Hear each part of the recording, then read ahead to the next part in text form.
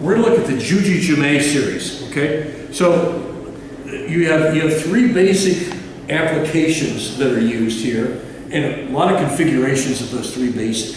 Nami is palms toward him, facing my opponent. Palms facing me is Gyaku, and one up, one down, half and half is Kata. So Nami, Gyaku, and Kata.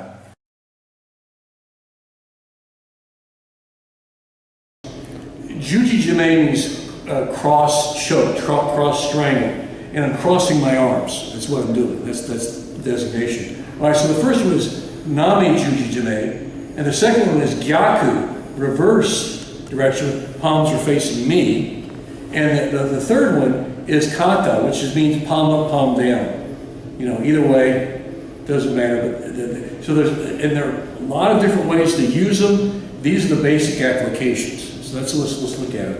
And what you're working on is the carotids here, okay? So to do a lapel strangle, what I want to do, I want to establish an anchor hand. So when I'm fighting here off the back, and we'll talk about using it here, I'm not terribly flat on my back, I'm on my flank a bit. So I'm on my left side here, and I pull down my left hand on his lapel. And I make it like a rope.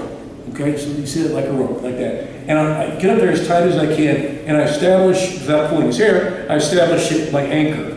That's my anchor hand. So I've got this. And this is good to have. I can be fighting here and using this to move it, ward him off, to use this. So it's a good thing to have. But I do want to have, if my thumb can be like behind his arm or his ear, right there, that's where I want it to be. So that's how tight I want to get it, okay? And just keep it there. So in this case, my palm is up.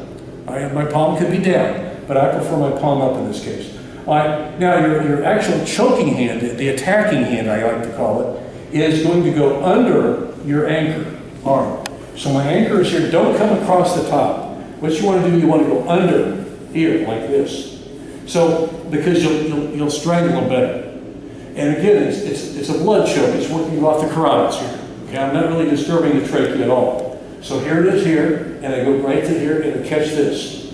Now I'm using the Gyaku configuration because that's my personal preference. You will develop a personal preference. You may go half and half, doesn't matter. But I like the palms up in this case. And here we go here. Now, I've established my anchor hand with my right, my left hand's my attacking hand. Now generally I will roll to the side of my attacking hand to get more momentum, more torque in the actual strangling action. So when I got here, I'm going to roll to my right, and I'm going to tighten the choke here like this. And I'm going to pull them into me. Do not push away. A lot of people think they have to cross and somehow push away somehow. That's not correct. That's not good technical stuff. Anchor hand here, set it up, slide under, catch there's your attacking hand. Now I will roll to that side, and as I do that, I'm going to pull Eric into me to my chest like this. And you're not flexing your wrist with any kind of weird elbow.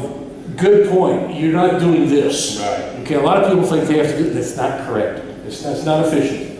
Here, and quickly, okay? And you pull it right into you. It's a very tight choke, okay? Again, a lot of configurations of how to do this, but that's the basic application of a JUJI JIME. Again, cross strangle. JUJI is to cross. JIME is actually it's like a pincer movement. It's like a squeezing together is what it means. We interpret it as to strangle, but it actually means to squeeze together. And it very well is a good description of what we're doing here in these JUJI JIME. We're squeezing them together. So again, pull here, rope, very important. Set it up there. Now I've got a good handle, that lapel, they're right there like that. Catch under. And again, if I just do it here, it might work, but I know it'll work better if I roll to my attacking hand, if I can roll that side a bit and pull them in, really like that, and you get it.